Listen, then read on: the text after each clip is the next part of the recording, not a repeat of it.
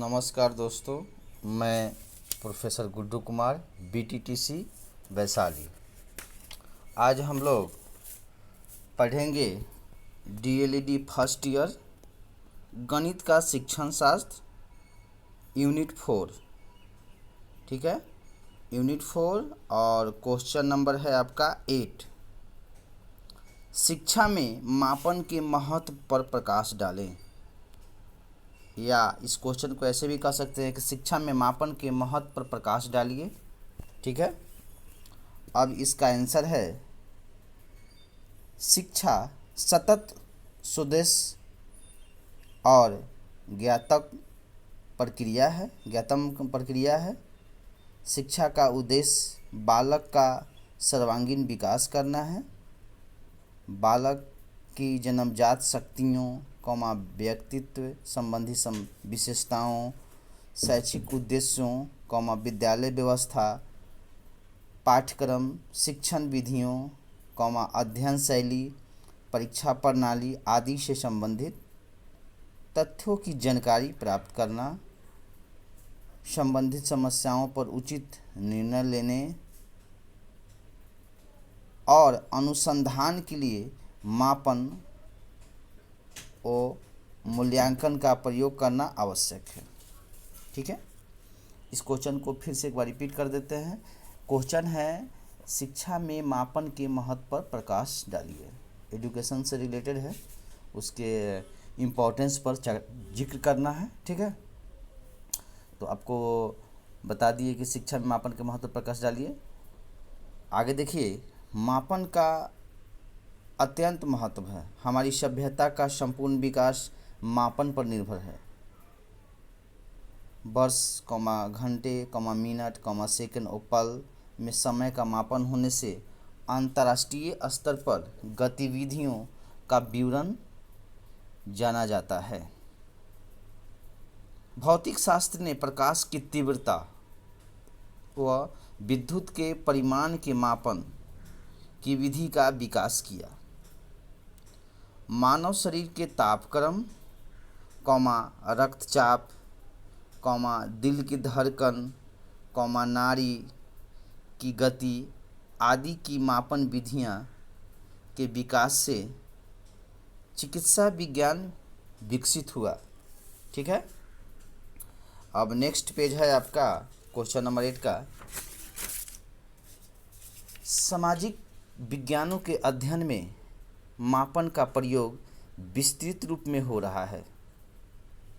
गणितीय सिद्धांतों का उपयोग किया जा रहा है।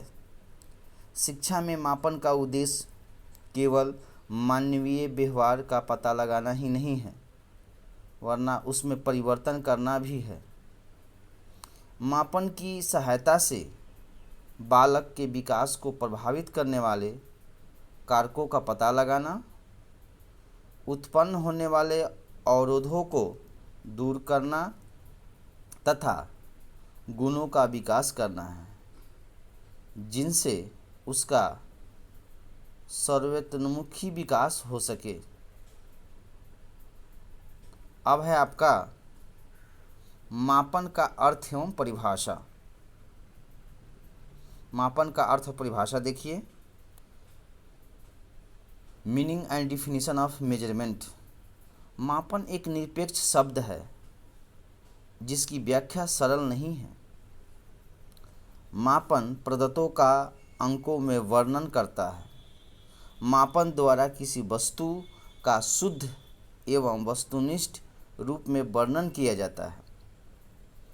मापन का अर्थ है किन्हीं निश्चित इकाइयों में वस्तु या गुण के परिमाण का पता लगाना। यह मानवीय मन के विभिन्न पक्षों और गुणों के संबंध में उतना ही सत्य है जितना भौतिक वस्तुओं के संबंध में।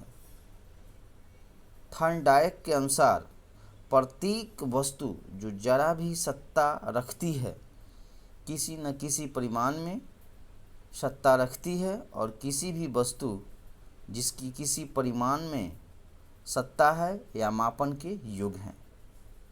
ठीक है, नेक्स्ट, मापन को परिभाषित करते हुए स्टीवेंस ने लिखा है, मापन किन्हीं निश्चित स्वीकृति नियमों के अनुसार वस्तुओं को अंक प्रदान करने की प्रक्रिया है।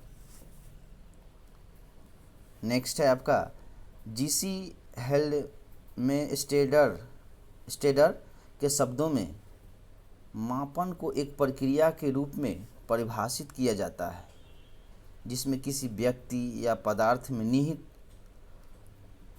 विशेषताओं का आंकिक वर्णन होता है। इसी प्रकार बहुत सारे लोगों का विचार है अपना।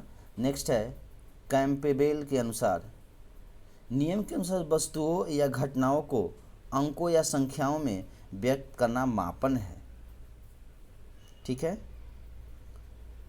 फिर है नेक्स्ट ब्रेडफील्ड और मोरडाक के शब्दों में, मापन प्रक्रिया में किसी घटना अथवा तथ्य के विभिन्न आयामों के लिए प्रतीक मीन्स सिंबल निश्चित किए जाते हैं जिससे उस घटना की स्थिति का यथार्थ निर्धारण किया जा सके। अब उसका कुछ विवरण है। प्रस्तुत विवरण के आधार पर कहा जा सकता है कि नंबर 1, मापन वस्तुओं की श्रेणी को प्रदर्शित करता है। नंबर 2, मापन संख्याओं की श्रेणी को प्रदर्शित करता है। ठीक है। नंबर 3, यह वस्तुओं को अंक प्रदान करने वाली नियमों को बतलाता है। अब आपका नेक्स्ट है नीचे, मापन प्रतीक सिंबल ऑफ मेजरमेंट, किसी घटना, वस्तु अथवा गुण का मापन हम किसी न किसी इकाई के रूप में व्यक्त करते हैं। जैसे कोई वस्तु ग्राम और किलोग्राम, दूरी किलोमीटर, द्रव लीटर और मिलीलीटर, इन इकाइयों को मापन प्रतीक कहते हैं। मापन के आयाम डायमेंशन ऑफ मेजरमेंट, किसी तथ्य के अनेक पक्षों, अवयव जिस एलिमेंट, गुण, दशाएं और विस्तार को आयाम माना जाता है। विद्यार्थी के विभिन्न आयामों का मापन कर उन्हें प्रतीक, अंक या संख्या प्रदान करते हैं।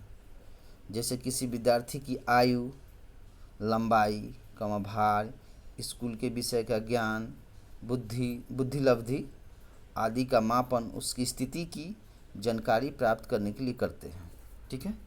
अब इस क्वेश्चन को आप लोग अच्छे से नोट्स बनाइए, ठीक है, और पढ़िए तो आपके लिए अच्छा रहेगा। ठीक है।